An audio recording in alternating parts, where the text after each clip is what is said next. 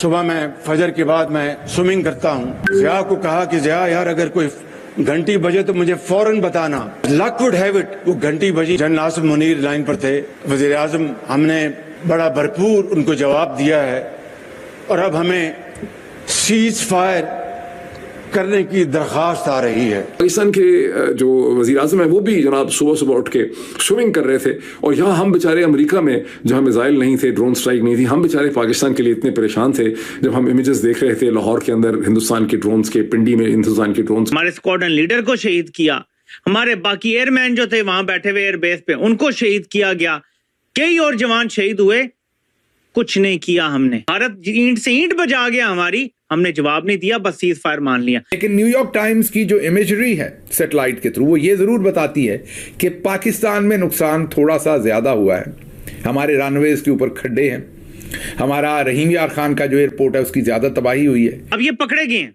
इनका सारा खेल पकड़ा गया है दोनों चलाकों का। हम फज्र के टाइम हाँ कर दें भारत को सीज फायर की और भारत शाम को हमला क्यों करेगा, आप मुझे बताएं। मेरा आपसे सिंपल सवाल है, use your basic common sense. Statement कितना गैर जिम्मेदार है कि जनाब रात 2:30 बजे जो है वो वहां से मिसाइल आते हैं, मुझे पता चलता है और उसके बाद मैं फौरी तौर पे नमाज पढ़ के नहाने चला जाता हूँ और मैं स्विमिंग कर रहा हूँ, मुझे दोबारा फोन आता है कि जी वो कह रहे हैं जंगबंदी कर लें।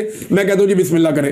जय हिंद दोस्तों। ऑपरेशन सिंदूर जब चल रहा था तो नरेंद्र मोदी पूरी रात ना सोकर अपने वॉर रूम में देख रहे थे कि क्या एक्टिविटी हो रही है। वहीं पाकिस्तान के प्राइम मिनिस्टर शहबाज शरीफ स्नान कर रहे थे स्विमिंग पूल में और स्विमिंग पूल में ही उनको फोन आता है कि हमने सब टैकल कर लिया है, 11 एयरबेस हमने ठुकवा लिए हैं और न्यूक्लियर स्टोरेज फैसिलिटी पर भी हमारी ठुकाई अच्छी खासी हुई है। उसके बाद भी यह अपनी हार का, अपनी जीत का जश्न मना रहे हैं। फजर के वक्त स्विमिंग फरमा रहे थे, पाकिस्तान पे बमबारी हो रही है, मोहतरम स्विमिंग फरमा रहे हैं। सिक्योर फोन वहां पकड़ा के एक बंदे को खड़ा किया हुआ है जिस बेचारे का नाम ज़िया है, और वहां पे सो कॉल्ड कॉल आती है जनरल आसिम मुनीर कि जी हमने तो बड़ी फैंटी लगा दी है भारत को और अब वहां से सीज फायर की बातें हो रही हैं, तो आप बताएं क्या करना है। तो मैंने कहा जी कि ये तो बड़ी अच्छी बात है, आपने उन्हें थप्पड़ मार दिया तो आप सीज फायर को बिस्मिल्लाह करें। अपने मुंह से कह रहा है कि ये बात फजर के टाइम हुई है।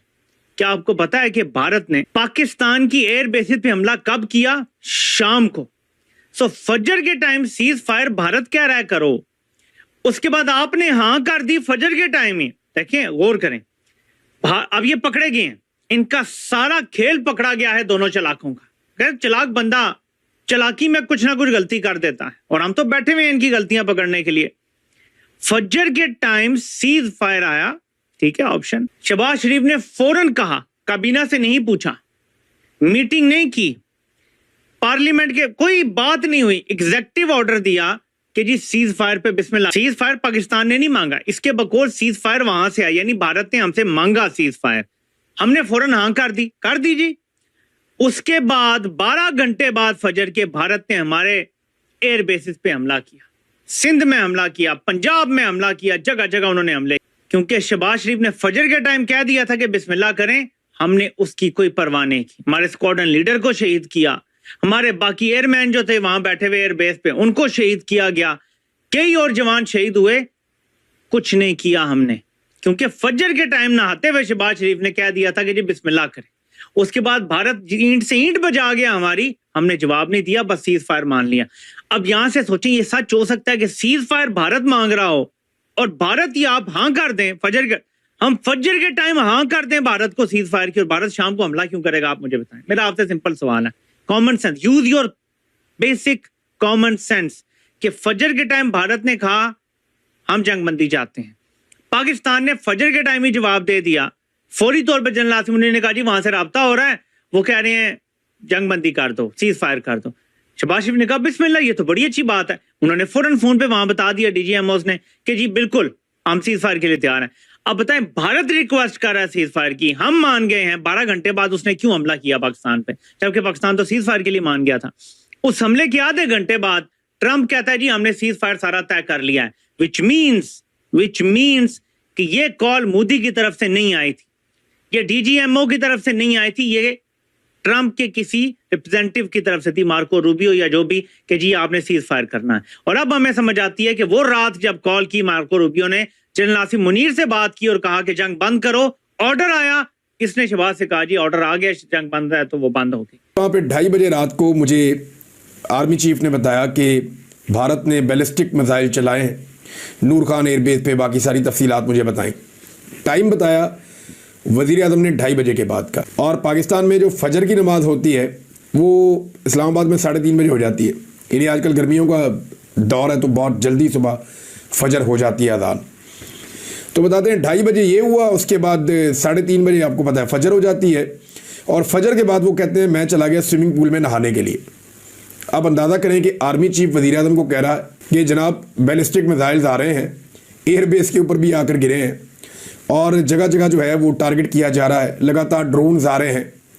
तो जवाबी कार्रवाई की इजाज़त मांगी होगी, या इजाज़त क्या मांगनी है, यहाँ तो इजाज़त तो नहीं होती, बताया ही जाता है। बहरहाल फजर के बाद वही वज़ीर आज़म जिसको ये पता है कि बैलिस्टिक मिसाइल्स आ रहे हैं वो नहाने चला गया स्विमिंग पूल में। मैं शहबाज शरीफ के बारे में आपको एक बड़ी क्लियर बात बता दूं। लोग सवाल उठाएंगे कि जनाब ये क्या चल रहा था, क्या वाकई में ये लड़ाई हो रही थी, ये लोग सवाल उठाएंगे ना। अब देखें ना स्टेटमेंट कितना गैर जिम्मेदार है कि जनाब रात 2:30 बजे जो है वो वहां से मिसाइल आते हैं, मुझे पता चलता है और उसके बाद मैं फौरी तौर पर नमाज पढ़ के नहाने चला जाता हूँ और मैं स्विमिंग कर रहा हूँ, मुझे दोबारा फोन आता है कि जी वो कह रहे हैं जंगबंदी कर लें, मैं कहता हूँ जी बिस्मिल्लाह करें, और ये सारा कुछ सुबह 5-6 बजे हो जाता है। वो अपने मुंह से ये कह रहे हैं कि हमने हमले किए, लेकिन हमने हमला करने से पहले पाकिस्तान को बताया। जी हाँ, जब पाकिस्तान हमें आकर वो डंटोनक साहब टीवी पर बताते थे ना कि हमारे पास मुसद्दका इत्तलात हैं कि पाकिस्तान पर अगले 36 घंटे के अंदर अंदर 24 से 36 घंटे के अंदर अंदर हमला हो जाएगा, और हम और आप भी समझते थे कि कोई इंटेलिजेंस से रिलेटेड कोई इंफॉर्मेशन पाकिस्तान तक आई है।